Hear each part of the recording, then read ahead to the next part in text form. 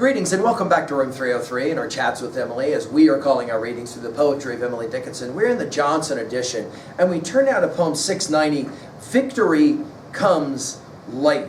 And right away we'll find ourselves back to those Civil War poems of 409, 439, and 444. And of course, 67, success is counted sweetest by those who ne'er succeed. Not one of all the purple hosts who took the flag today can tell the definition so clear of victory as he defeated dying.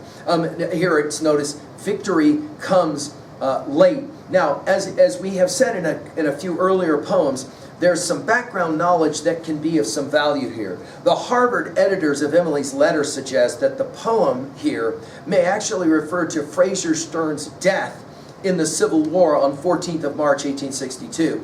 You'll remember some of his comments when we did 426. And the quote, Sam Boyles' words in a letter to Austin, quote, "The news of Stearns' death took away all the remaining life.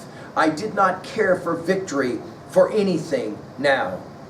In that regards, it's possible that this is in fact a poem that is coming to terms with that tragic loss. Now, our assumptions are that you've been following our stuff at learnstrong.net. Down that left-hand side, Chats with Emily is our playlist. I'm hoping you've worked through our set of introductory comments as well as the preceding 689 poems. We just finished with 689, The Zeros Taught Us. Now, one scholar or more has pointed out, this poem is specifically unique because this is the only time that Emily will actually use completely free verse form, unmetrical and unrhymed completely, right? Another observation is that this is again another theodicy. Why does God allow suffering and the like? One scholar has in fact called this a poem on God's parsimony or stinginess.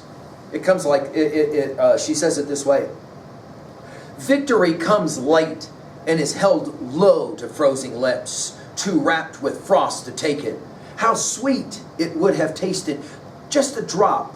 Was God so economical? His tables spread too high for us unless we dine on tiptoe.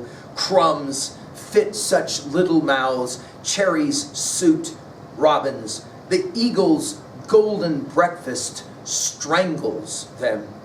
God keep his oath to sparrows who of little love know how to starve.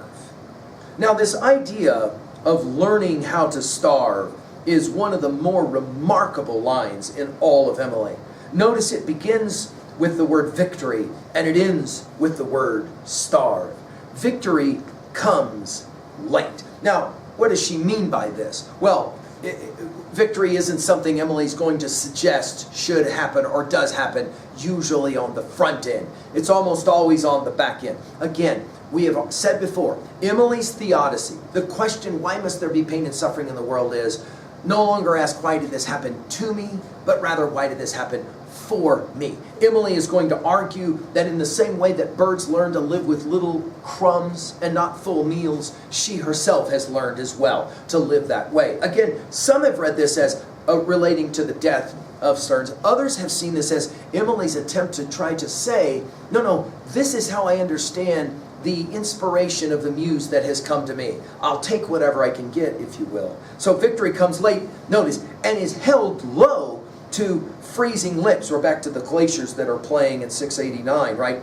In other words, by the time drink finally comes, the individual is frozen to death and can't taste anything, too wrapped with frost to take it. Hearing all these T sounds, by the way, in this poem. How sweet it would have tasted. Again, we're back to the poem 67, success is counted sweetest by those who ne'er succeed. To comprehend a nectar requires sorest need. The only people who really appreciate water are those who are dying of thirst. By the way, sweet, Emily, we've said already, in 113 of her poems, she loves this word, how sweet it would have tasted. And then she'll say it, just a drop. When we get to poem 1076, she'll say it this way: just once, oh, least request, could adamant refuse so small a grace, so scanty put such agonizing terms? Would not a God of flint be conscious of a sigh as down his heaven dropped remote? Just once, sweet deity? The tone there is, of course, biting and ironic. Notice here it's just a drop. In other words, the dying person is just begging for just one drop. And of course, once dead, can't appreciate any of it. And then she'll ask a darkly ironic question: was God so economical? Now, some have argued that the God here is in fact Sam Boyles, and in fact she's making the argument that Sam should be treating her with a little bit less parsimony, with a little bit less stinginess, if you will. Then she'll continue: his table's spread too high for us, taking us, of course, to the Matthew 15, 21 through 28, Mark 7, 24 through 30 passage, where there is some mention, of course, of the table and the crumbs that fall from the table.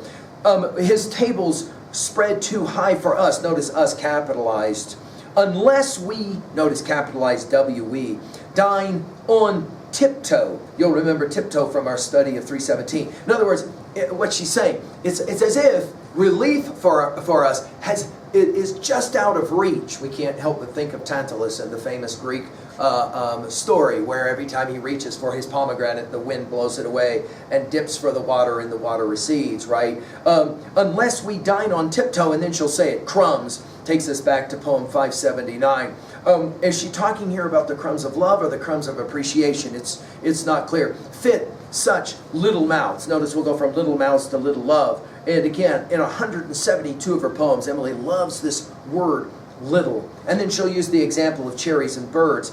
Cherries suit robins. We'll get to sparrows, go from robins to sparrows. And obviously her identification with the sparrow, we've seen this before. And we can't help but think of what Christ said in the Matthew 6:26 and Matthew 10:29 idea of sparrows.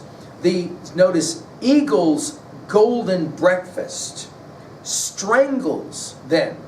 She only uses this word strangles in one other time, and you'll remember it at 355. I think it is the key word of the poem. It's like a choking off, if you will. God, notice it's not God keeps, but God keep. God keep his oath to sparrows. Again, the Matthew 6:26 and Matthew 10:29 observation that God will take care of even the sparrows.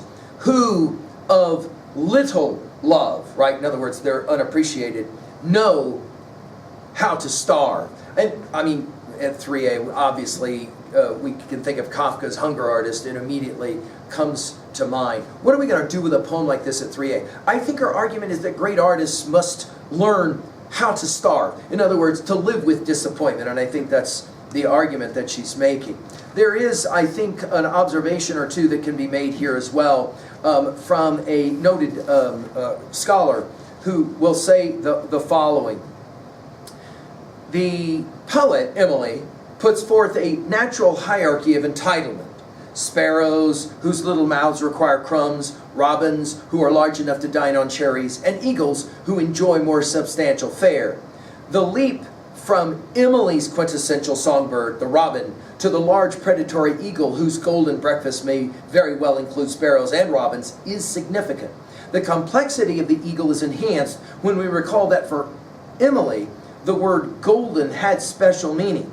When she was 12, she wrote to her friend Abaya Palmeroot that she was dreaming a golden dream. And to her special confidant, Jane Humphrey, she wrote about a new mysterious joy in her life, using the metaphor of a golden thread.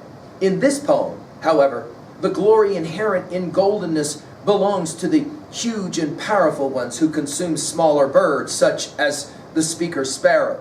Note the ominous word strangle with its implication of murder. Thus, read in the context of Dickinson's work as a whole, the image implies that what strangles the smaller bird is the appropriation of that golden reality that she had coveted for herself, end quote. And I think Lerner's making a brilliant observation here.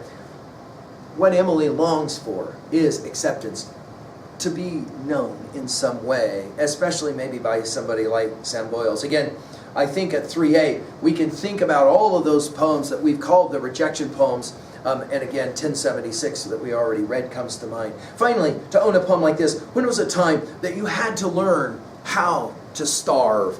You had to learn how to go without before you could finally get a crumb. Thank you.